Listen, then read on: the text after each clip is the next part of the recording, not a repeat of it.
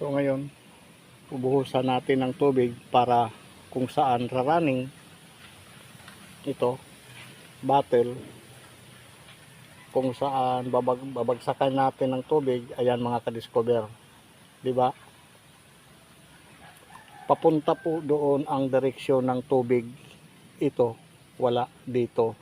Ngayon, ang tinuturo diyan mga ka-discover, 5 meters. Dahil sa 5 inches ang pasubsob, so ngayon 5 meters doon ang distance, doon ang tamang spot nga tinutukoy. Hakbang lang tayo ng 5 step dahil sa 5 inches. Ito